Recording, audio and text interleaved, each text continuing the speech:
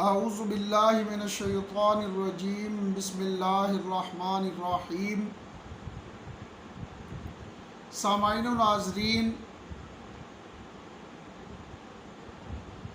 اللہ رب العزت نے قرآن مقدس میں فرمایا وَلِلَّهِ عَلَى النَّاسِ حِجُّ الْبَيْتِ مَنِ اسْتَطَاعَ إِلَيْهِ سَبِيلًا وَمَنْ كَفَرَ فَإِنَّ اللَّهَ غَنِيٌّ عَنِ الْعَالَمِينَ۔ صدق اللہ العظیم۔ فرمایا کہ جو لوگ استطاعت رکھتے ہیں اللہ کے گھر تک پہنچنے کی، ان کے لیے ضروری ہے کہ وہ اللہ کے لیے اس کے گھر کا حج کریں۔ ومن کافر، جس نے انکار کیا طاقت ہونے کے باوجود وہاں تک نہیں گیا، فرمایا فَإِنَّ اللَّهَ غَنِيٌّ عَنِ الْعَالَمِينَ، تو اللہ تعالی جہانوں سے بے پرواہ ہے، بے نیاز ہے، اسے کوئی پرواہ نہیں ہے۔ یہ نیکیاں جو ہم کرتے ہیں، نماز پڑھتے ہیں، زکوٰۃ ادا کرتے ہیں، روزہ رکھتے ہیں، دیگر ہم جو ہے وہ حسن سلوک کرتے ہیں، صدقات کرتے ہیں، خیرات کرتے ہیں، جو ہم نیکیاں کرتے ہیں، ہم اللہ کو تو اس کی حاجت نہیں ہے۔ چاہے پورا جہان جو ہے وہ یہ ساری نیکیاں نہ کرے، نیک اعمال نہ کرے، تو اسے تو کوئی پرواہ نہیں ہے۔ یہ جو کچھ بھی ہم کرتے ہیں اپنے لیے کرتے ہیں، تو اس لیے اللہ پاک فرما رہا ہے کہ اگر استطاعت کے باوجود وہ آدمی اللہ کے گھر کا حج نہیں کرتا تو پھر اللہ کو اس کی کوئی پرواہ نہیں ہے۔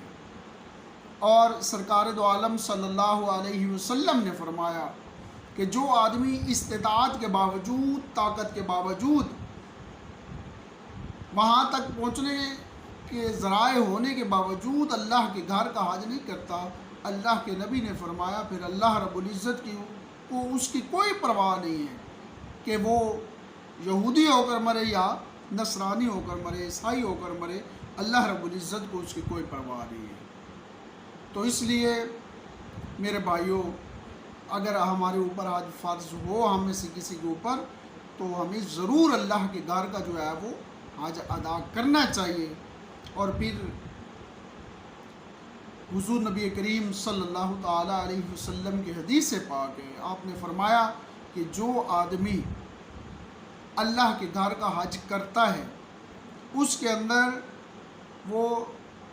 لا رفث ولا فسوق ولا جدال فی الحج او کما قال علیہ السلام، کہ نہ وہ اس کے اندر گالی گلوچ کرتا ہے، نہ وہ اس کے اندر جو ہے وہ کوئی گناہ کے کام کرتا ہے، نہ وہ کسی کے ساتھ لڑائی جھگڑا کرتا ہے۔ حضور نے فرمایا کہ جو اس حالت میں اللہ کے گھر کا جو ہے وہ حج ادا کرتا ہے، فرمایا وہ ایسے ہو جاتا ہے جیسے وہ آج ماں کے پیٹ سے پیدا ہوا ہے، یعنی اس کے ذمہ جتنے گناہ ہوتے ہیں، دیکھیں نا بچہ جب ماں کے پیٹ سے پیدا ہوتا ہے اس کے ذمہ کوئی گناہ جو ہے وہ نہیں ہوتا۔ تو اسی طرح جو آدمی بغیر گالی گلوچ کے، گناہوں کے، فسق کے